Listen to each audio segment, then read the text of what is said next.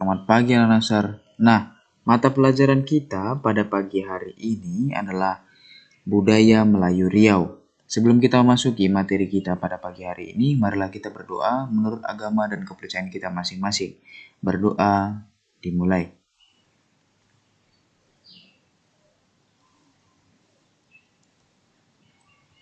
Berdoa selesai. Nah, anak-anak Nasar, materi kita pada pagi hari ini masih tentang namanya Laut Embun, yang dimana Laut Embun ini adalah Sungai Kampar. Nah, di Sungai Kampar, ya Nasar ya, terdapat dua kabupaten yang dialirinya. Yang pertama itu ada Kabupaten Pelalawan dan juga Kabupaten Kampar. Nah, hari ini kita akan membahas bagaimana Kabupaten Pelalawan. Pelalawan, ya Nasir ya, Kabupaten Pelalawan yang diresmikan pada tanggal 12 Oktober 1999 adalah daerah pemekaran dari Kabupaten Kampar. Nama Kabupaten Pelalawan diambil dari nama Kesultanan Pelalawan, yang pusat pemerintahannya berada di Desa Pelalawan sekarang. Ibu kota kabupaten ini adalah Pangkalan Kerinci yang dibelah oleh jalur timur dari Sumatera. Ya, jalur lintas timur Sumatera ya, Nasir ya. Selanjutnya, ada beberapa tempat wisata yang akan dijumpai di Pelalawan. Yang pertama itu ada Bono Sungai Kampar. Nah, tempat yang paling pas untuk melihat Bono Sungai Kampar ini berada di Desa Teluk Meranti. Kenapa dikatakan Bono, anak ya? Sudah saya jelaskan minggu lalu. Kenapa? Karena pertemuan arus pasang air laut dengan arus surut sungai, sehingga terjadi gelombang dengan kecepatan tinggi dan bergemuruh diikuti angin kencang.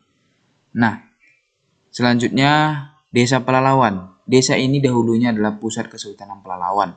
Di sini wisatawan langsung dapat melihat istana, masjid, makam raja, dan benteng dan peninggalan Kesultanan Pelalawan lainnya yang berupa pedang, keris, dan meriam.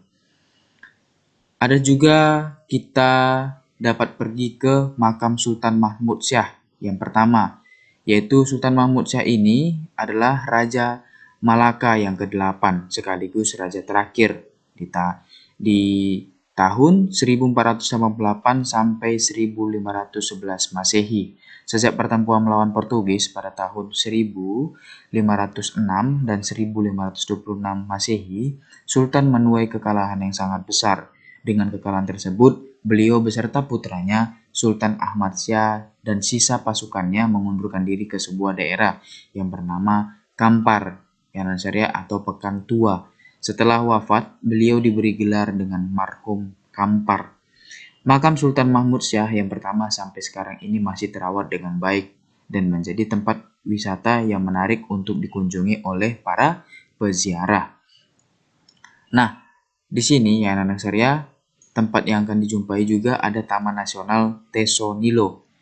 Diresmikan pada tanggal 2004 ya, pada tanggal 19 Juli 2004 ya Nasar ya, merupakan hutan dataran rendah terluas di Sumatera. Pengunjung dapat berkeliling hutan ini dengan mengendarai gajah. Selain itu, pengunjung juga boleh mengikuti gajah jinak yang mengiring gajah liar ya Nasar ya. Tidak perlu khawatir dengan keamanan karena polisi hutan akan selalu mendampingi kita. Nah, ini ya Nasar ya, bagaimana bentuk dari Taman Nasional Teso Nilo.